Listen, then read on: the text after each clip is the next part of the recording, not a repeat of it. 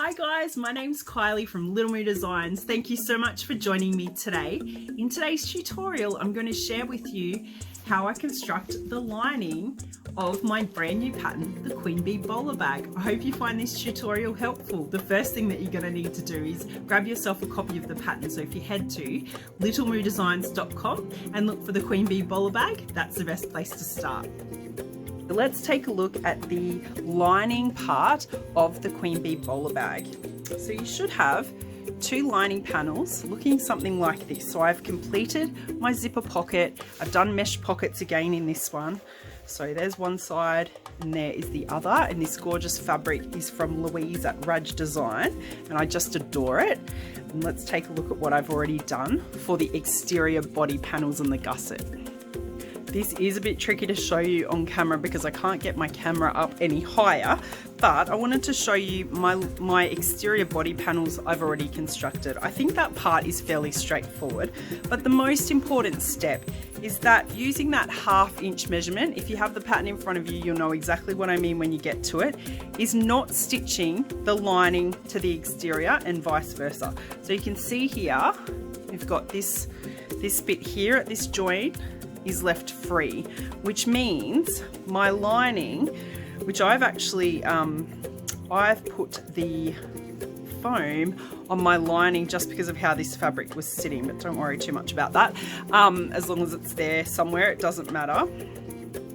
Okay, so here is a look at my exterior of my Queen Bee Bowler Bag. Now, I'm sorry that I can't get the full shot in screen. I can't get my my camera up any higher, but I think this is fairly straightforward. So I'm now at step 8, which is joining the gusset to the body panels, and you can see it's worked perfectly. I have no little creases going all the way around the exterior body panels. The part that you need to take note of is here.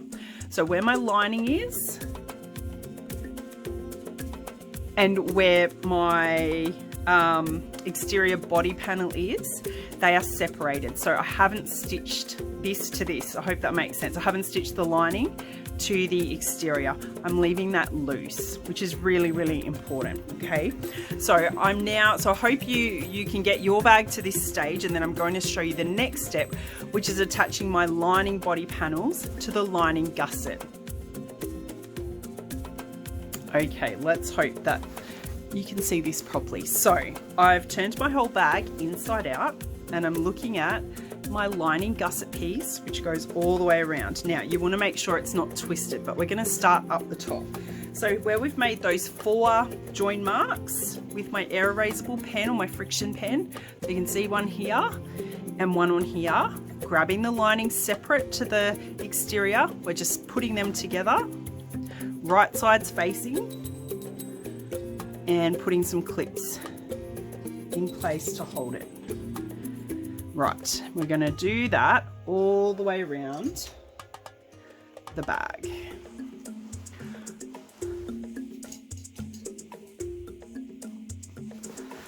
Like so.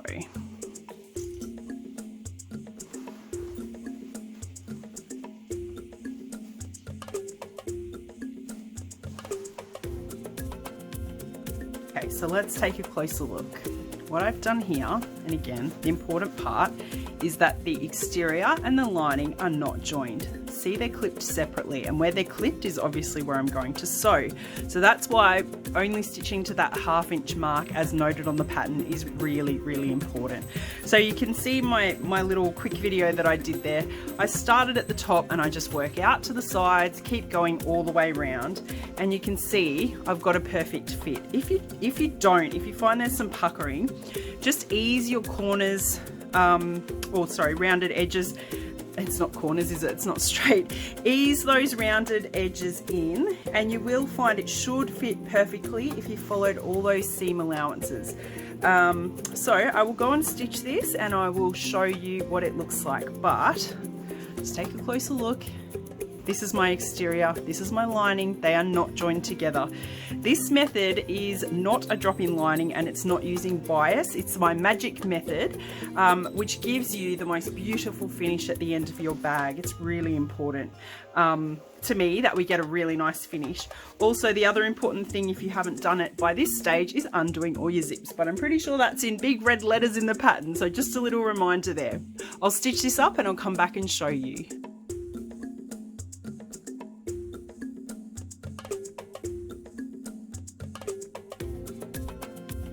Okay, so I have now stitched one of my linings to the gusset, and it's really tricky to show you, but it looks like a giant, figure eight in a way. So you can see they're still separated, but at the end, it's all going to fit beautifully together. So I will clip the other side together and show you. So that should give you a little bit of an idea on how it goes together. So now we're going to just flip over and do the same thing again.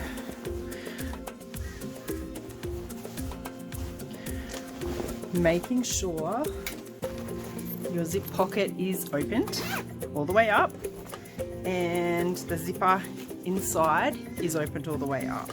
So the only gussets that I have left to attach, you can see there's just one side going all the way around and nothing's twisted. Again, I'm sorry, it's a bit hard to show you when I can't put my camera up higher, but you get the picture, I think. So we're going to take this lining piece and line up that center mark again, starting at the top. It's right here. I meant to mention before as well, these clips in all different sizes, little wonder clips or quilting clips, are super handy, because if you do find you get a little pucker, they're easy to adjust and fix your lining so that it is exactly where you want it to sit. So you can see I'm going to continue clipping all the way around just like I did before. And we're done. So now I've clipped the other side. There's no puckers or anything like that, and I'm now going to go and stitch it. I'll just show you here again. So this is quite a small seam to work or to stitch through. So sometimes I'll stitch from one side and then flip it over and come back the other way, and I go over that joint a couple of times just for strength. You may find that your zipper foot helps you get in here a little bit closer, but that's up to you. It does it takes a lot of arm strength to do this, I feel. It's a bit of a workout, but hey, it's all right. We get an amazing bag once we're done. So I'll go and stitch the other lining piece and come back and show you how I turn the bag through the pocket. Phew, it's all sewn together and ready to turn through my pocket. What I love most about this is that there is nothing to do once we turn her the right way out. So zipper's open, put your hand in. I reach right to one of these curved corners that aren't corners, curved edges, and pull that out gently. You don't want to yank too hard, and just gently worm your bag out. And as I said, we call this birthing the bag, and I'm sure you can tell why we call it that in bag making.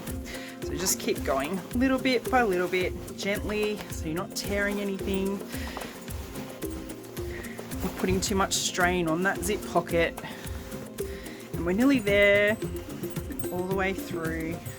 The foam adds a lot of bulk, but it gives your finished bag a gorgeous, gorgeous finish.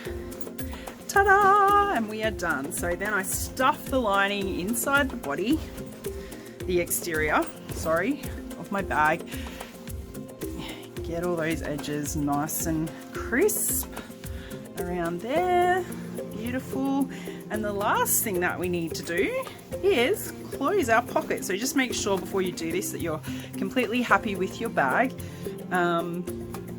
You don't want to make any changes. So we've got the raw edges here of the zip pocket, and all I do is push them in like so. You can iron it if you like. I don't iron unless I need to.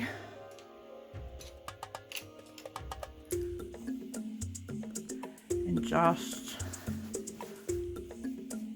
put a few clips along there, and then I'm going to stitch straight across there, and my bag is done. I hope you found this tutorial helpful, and I cannot wait to see your queen bee bowler bags. Thanks so much, guys. Have a great day. Bye.